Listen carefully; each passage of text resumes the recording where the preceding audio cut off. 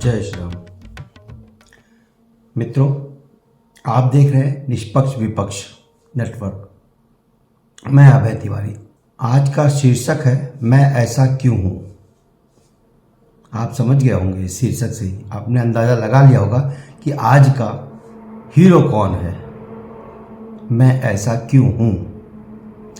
एक नेता है देश में जिसने ठान लिया है कि मैं कांग्रेस पार्टी को मिटाकर ही दम लूंगा, और लोग कहते कि मोदी लगा है कांग्रेस मुक्त भारत करने में। कांग्रेस मुक्त भारत ये मोदी नहीं कर रहा है, ये राहुल गांधी खान साहब कर रहे हैं। जी हाँ, राहुल गांधी खान, ये है उनका पूरा नाम। मित्रों, मैं इस चीज़ पे इसलिए जोर दे रहा हूँ कि बहुत तकलीफ हो रहा, दुख हो रहा है, और ये कहते हुए डर लग रहा है कि हम फिर से कहीं वो दौर न देखें। समाचारों में पिछले 4-5 दिन से बराबर चर्चा हो रही है। बैठक हुई दिल्ली में, हमारे स्वास्थ्य विभाग के मंत्रियों मंडल और सारे अधिकारी विशेषकर सब भी बैठ करके डिस्कस किए, मीटिंग हुई है। निर्णय लिया गया है, सावधानी सरकार बरत रही है कोविड-19 से निपटने के लिए। जी हाँ, कोरोना वायरस चीन में और साथ में 3-4 देश ऐसे, करीब 4 या 5 देश ऐसे हैं जहां पर फिर से पलटकर कोरोना आया। बड़ी भयावह स्थिति बनी हुई है इसी चीन में। वहां तो लगातार नियंत्रण बना हुआ, तभी से हो सकता भारत में प्रवेश कर जाए। तो सरकार ने पहल किया है, चिंतन किया है इस पे, और स्वास्थ्य विभाग ने गाइडलाइंस जारी कर दिया जो WHO कह रहा है। जी हाँ, हमारा स्वास्थ्य वर्ल्ड हेल्थ ऑर्गेनाइजेशन, तो उस और हमारे UN भी आ चुका है इसमें, चिंतित है, वो भी चर्चा कर रहा है। तो सभी देश करीब करीब इस पर चिंतन मंथन कर रहे हैं, और जो हो सकता है, जो बन सकता है, उसकी तैयारी कर रहे हैं। सावधानी, कम से कम कैजुअलिटी हो, इसके लिए कम से कम तकलीफ हो। वैसे भारत ने तो 100% नहीं कह सकता हूं कि कुछ हट्टी जिद्दी बच्चे हैं जो वैक्सीन आज भी नहीं लिए, नॉट इवन सिंगल डोज, एक सिंगल डोज नहीं लिया उन्होंने, क्योंकि वो भूला नहीं है समय अभी भी। जो हमारे कुछ नेता कहते थे कि वैक्सीन लगने से नामर्द हो जाओगे, ये बीजेपी का वैक्सीन है, ये वैक्सीन आपको पागल कर देगा, आप मर जाओगे। क्या आपने अपने आसपास कोई ऐसा केस देखा है? कोई मर गया हो, कोई पागल हो गया हो, कोई नामर्द हो गया हो? क्या कोई ऐसा केस आया है आपके सामने अब तक, सबके समक्ष? अगर हो तो जरूर मेरे साथ शेयर करिएगा। मैं इस विषय के लिए, मेरा कमेंट्स हालांकि ऑफ है, मैं ऑन कर दूंगा। मैं भी जानना चाहूंगा। दोस्तों, ऐसा हुआ नहीं, कम से कम मेरी समझ में, मेरी जानकारी में अभी तक कोई ऐसा केस नहीं है कि कोई आदमी वैक्सीन लगने के बाद नपुंसक हो गया हो। जी हाँ, आगे बढ़ते हैं मित्रों।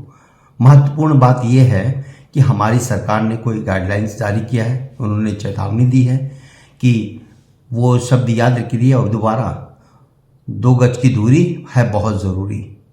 तो हमें सावधानी रखनी, सोशल डिस्टेंस का पालन करना, जितना हो सके अभी से करिए, और मास्क बाहर निकले तो विशेष रूप से फिर से लगाना शुरू कर दीजिए।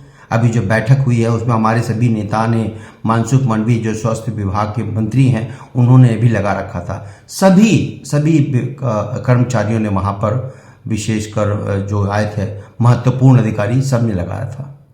हमें भी लगाना चाहिए, आप भी लगाएंगे उम्मीद करता हूं। मैं निवेदन करता हूं, अनुरोध कर रहा हूं, इसलिए जब तक ये हमारे सर पे बना हुआ है ये बला, तब तक हमें ध्यान रखना है। वैसे तो लगता है कि जब ये दिसंबर, जनवरी, फरवरी होगा तो इससे 2-4 होना पड़ेगा शायद। इससे अब हम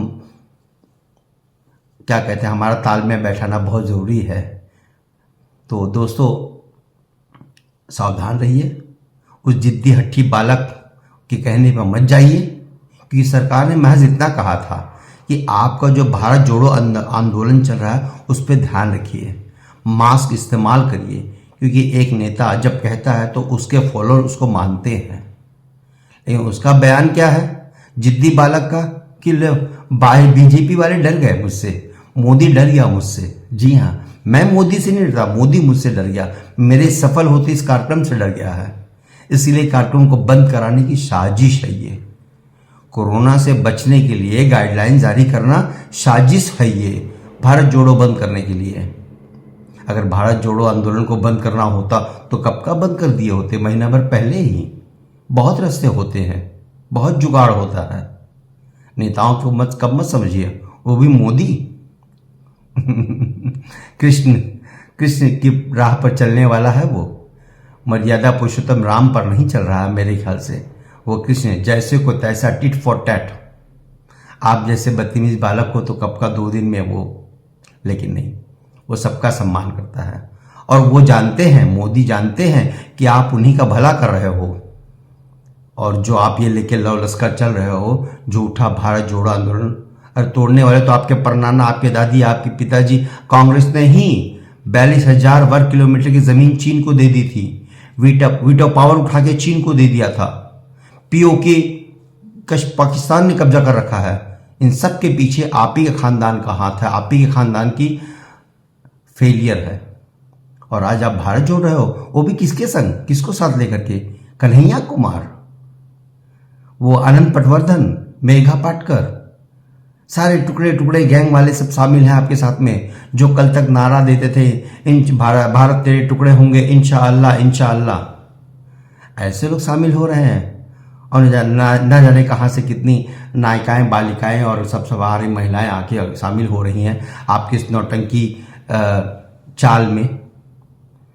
आपने तमाशा बना रखा है राहुल बाबा, तमाशा बना रखा। ये भारत जोड़ो आंदोलन नहीं है, ये मोदी को रोकने के लिए आपका ड्रामा है, नौटंकी है।